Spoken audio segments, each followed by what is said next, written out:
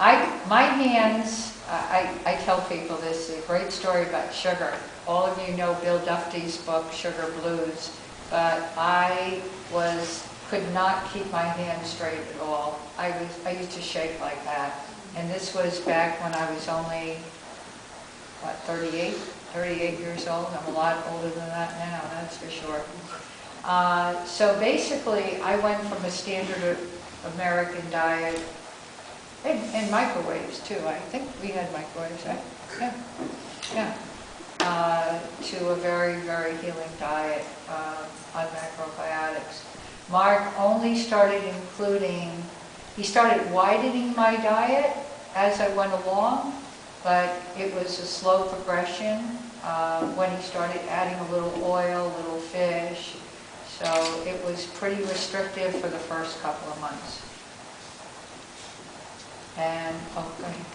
I was going to ask you talked about acidic foods being bad for you. Is that what you said? Mm-hmm. Too much? Sure. You know, part of what I did a workshop on in Santa Barbara was about acid-forming foods in the standard American diet. Well, some of you already know this, but the most acid-forming foods are what? Meat and dairy, right? Mm-hmm. So you know that. And so I was filled with that. I loved eggs, cheese, butter. Yeah, absolutely. I thought you were going to say like lemons and oranges. That kind of acid? Lemons are not acid-forming. They're not Believe it or not, acid-forming? no. Oh. I wish I brought you copies of that. I have. Oh, are if they? you want, I'll Oh, email okay. it. Actually, lemons are alkalizing. Oh, there you go. Yeah, pineapple's alkalizing, by the way, also. I have, if any of you want that, give me your email address, and I have those, Tom Monty and I put it together, low acid, moderate acid, and high acid foods, and I categorize all the foods, and then I have low alkaline, moderately alkaline, and high alkaline. So I'd be happy to email that. We have a lecture about that. Oh, it's fascinating. I was doing so much research. Go ahead, Colin. What about glycemic index foods? Did you adjust that a lot to eat lower on the glycemic index? You mean foods that have sugar content? Yes. Or that metabolize fast? That metabolize fast. Exactly. Now, Mark, being a medical doctor, I so trusted. And again, as Damien will tell you, me following anyone's direction was very unusual. I did everything this man said. I mean, everything. If he told me to jump off the Newport Bridge in Rhode Island, I probably would have done that. He told me to walk outside on the snow barefoot to get my organs stronger. You know what? I did it. I did it. Everything, and I really, as the months went on, I also hired a woman who had been trained as a gourmet cook in a French restaurant after my friend's son left, and she stayed with me a year. She came in twice a week to help me cook, and she was phenomenal. She brought all those wonderful gourmet cooking skills to macrobiotics, and I really believe that Christine helped me on the diet, stay on the diet. Yes, sir. Did you say someone asked you to walk outside in the snow? Barefoot in the snow. Yeah. It snows in Rhode Island? Oh my God, do we get a lot of snow? Do you want to come visit sometime? I wish I could, but I'm doing a report on that in school. You did? Yeah. We get a lot of, well, I can't say we get a lot of snow. No, more in northern New England, they get more snow. Yes, McLean? Can you say more about what you eat now? Oh, much broader, much wider diet.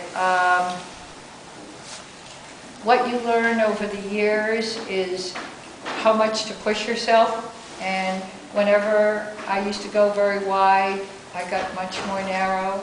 I stay away from meat and dairy pretty much. I've become more of a macro vegan, I suppose, but I know if I binge, that I'll pay a little bit of a price, and then I come back, you know. So what does that mean? What would you binge on? What kind of specific things are on the outside? Yeah, I don't even like dairy. I don't even like dairy anymore, but that was a tough thing for me to get away from and to cleanse from. What was that? Things that have sugar, I said I don't even like dairy anymore, but that was a craving I had. I used to crave meat a lot, I'll be honest with you, for a long time. Binging, oh, like a sugar dessert. A dessert that I know has sugar in it.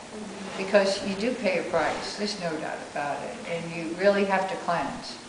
Miso soup is phenomenal for those of you who are new to macrobiotics. I had miso actually more than what I was asked to have it. I had it about twice a day.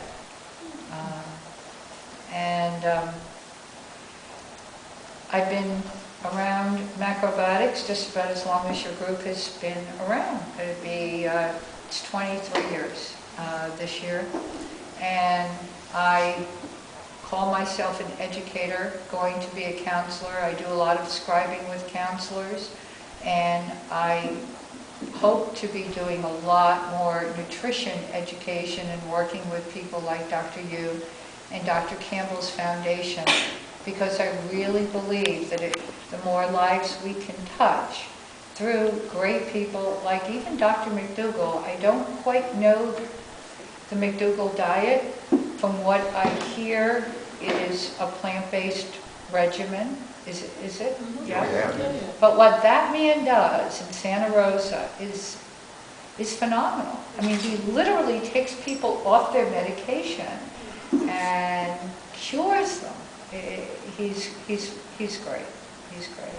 Any other questions, Anna? No? What about also No, go ahead. Evelyn Kusher, she died from cancer. Yes. And she's supposed to be protagonist. She just... And I was in the Kusher Institute myself. Where are you? 10 years ago, all there. What year were you there? 1999. Oh, wow. They're very strict, okay? And the food was... But a lot of people was from cancer, with cancer. Yeah. And I believe surviving rate was not great. Surviving rate. I mean, it was out of 20 people was 10, and I know was, Well, the help case- somebody. I mean, Maybe I- it was too late. What was her story? Aveline's Yeah. story?